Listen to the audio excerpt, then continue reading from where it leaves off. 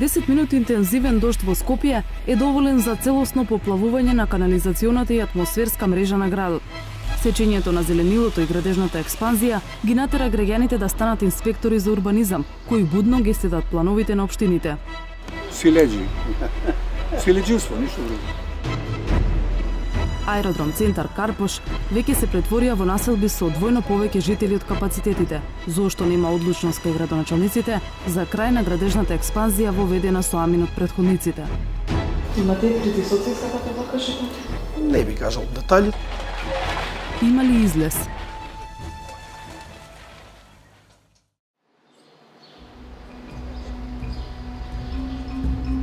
Уставниот суд го укина деталниот урбанистички план Z06 на општина Карпош.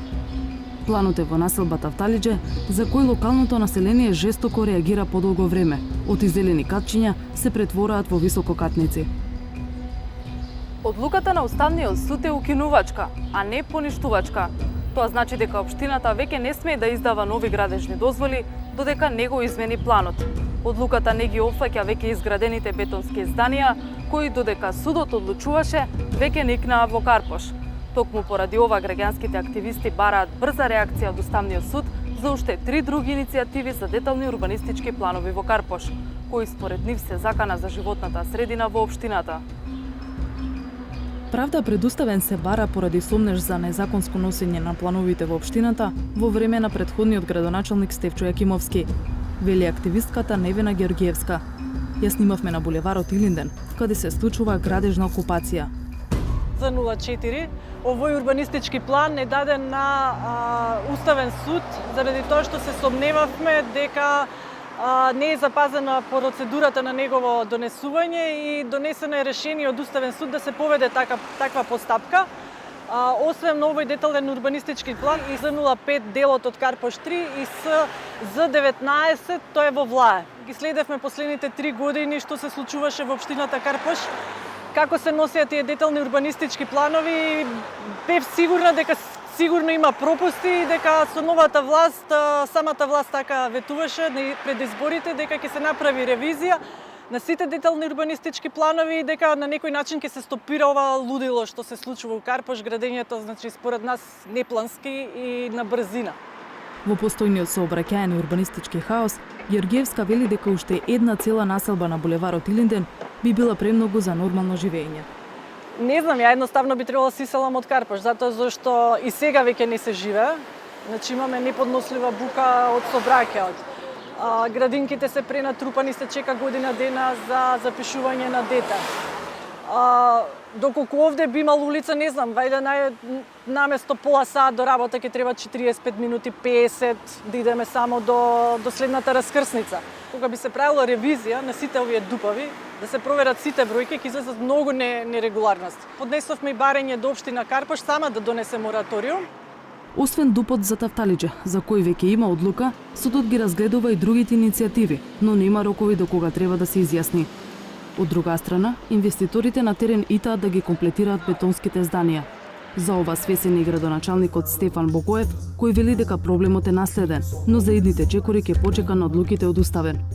Дури и да се прогласа за незаконски доповите, дилема е како ќе се усогласуваат плановите, зашто градоначалникот бара и правен совет. Веднаш што донесе Уставен суд, доколку нема правна поука што тоа значи за општината и што треба да превземе следни чекори, да бараме правно толкување веднаш од Уставен суд. Во ред донесовте таква и таква одлука, што тоа значи, што треба да правиме со постојните, што треба да правиме со идните, што треба да правиме со планот. Треба да правиме нов, треба да правиме измена и дополна. Овој важи до тогаш, не важи до тогаш, се издаваат одобренија, не се издаваат, така да верувам дека и во одлуката ќе има целосно правно толкување, односно правни насоки што треба да правиме, ако нема ќе ги побарам итно да ги добиеме. Она што јас сакам да им го порачам на граѓаните, битката почна и битката ќе трае. Пак ќе кажам, ако се лажеме дека одеднаш се ќе запре и одеднаш добро ќе живееме, се лажеме. Но Богоев индиректно начинува и друг проблем. Ако на нив им пречат одредени градби, и тоа е проблемот, зошто се бунтуваат и зошто се бунат или сметаат дека тоа предизвикува во загадувањето и промена на микроклимата, може да замислат дека јас покрај истите аргументи кои што ги споделувам со нив, дополнително се борам и со правни пречки, да не кажам и други формални и неформални препреки, меѓутоа еве, јас сум влегол у таа борба и со нивна поддршка, ќе биде долготрајна, ќе биде лоша, на моменти ќе се караме и меѓу себе, но ве убедувам дека на крај ќе има позитивен исход за сите. Имате притисоци сакате да кажете? Не би кажал детали. Богој ветува дека за следните детални урбанистички планови што ќе се носат, граѓаните целосно ќе учествуваат во одлучувањето, но кај она што веќе е изградено на проблематично тло, нема простор за интервенции. Бетонизацијата не е закана само за Карпош, иако е една од општините каде најмногу се гради. За 10 години во Карпош се изградени 3950 станови. Општина Центар добила 3627 станови, а општина Аеродром е рекордер со 5615 нови домови изградени за 10 години. Дури и во просек по двајца да живеат во секој нов стан, тоа значи дека овие општини за 10 години добиле станари во број како Целоберово, Делчево, Македонска Каменица и Пехчево, заедно да се доселиле во овие општини во Скопје. Бројките се објаснување зошто звуците од градежната механизација се секојдневие и за жителите на Аеродром, додека помладите се преокупирани со врските, повозрасните под будно око го следат секој шум во населбата. Ова е нашата, така? Да, ова е нашата, ама... Браева се ептен близо. Па толку колку на 4 метра е до зграда. Ова е населбата Острова, за која граѓаните велат дека и се подготвува замена со градби на секое можно зеленило. Петинек со ова нова формирана улица што ќе проваѓа овдека.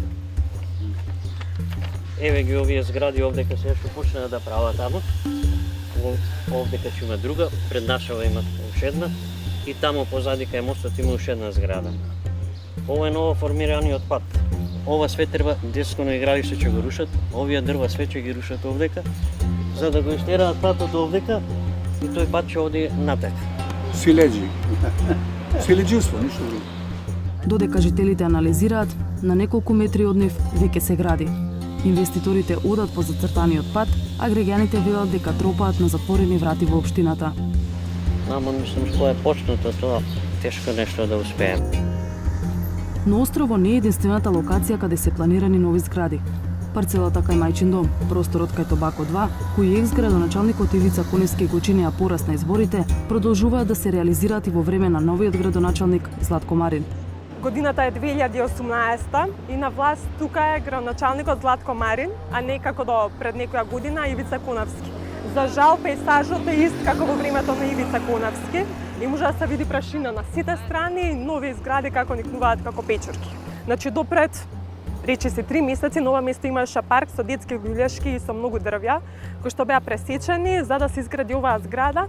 Градоначалникот вели дека тоа е по вина на поранешниот градоначалник Ивица Коневски, бидејќи тој дал одобрение за градба. Ивица Коневски дека тоа е поради претходниот градоначалник и ако одиме така наназад може и Тито да ја дал одобрението.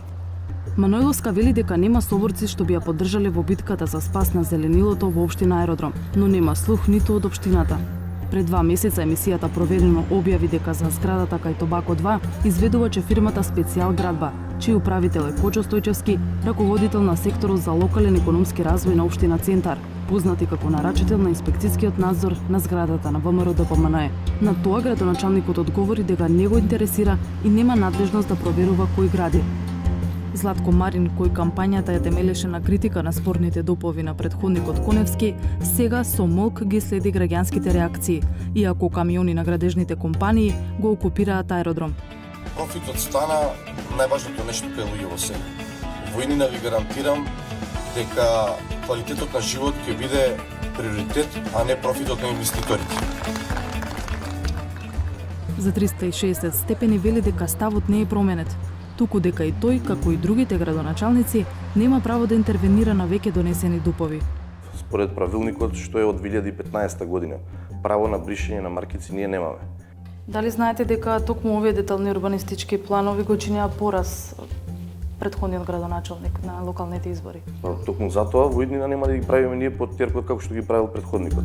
И по 8 месеци од промената на власта во Аеродром, ревизијата на она што е направено претходно не е готова. Од ревизијата ќе излеземе официјално со соопштение дали сме нашле неправилности во носењето на тие детални урбанистички планови. Во моментот еден план и 10 е даден на Уставен суд и соработуваме со Уставниот суд околу целата потребна документација што ние бараат од нас. Меѓутоа тој не е ставен вон сила, се уште е активен до неговата конечна одлука. Зошто до сега ја немате изготвено ревизијата? Па ја работиме на едноставна работа. За разлика од аеродром, локалната власт во општина Центар од март има прогласено мораториум на сите детални урбанистички планови. Забраната за градење во Центар ќе трае до септември, а административците ја чешлаат планската документација до детали. Речи си и да нема план кој не е проблематичен.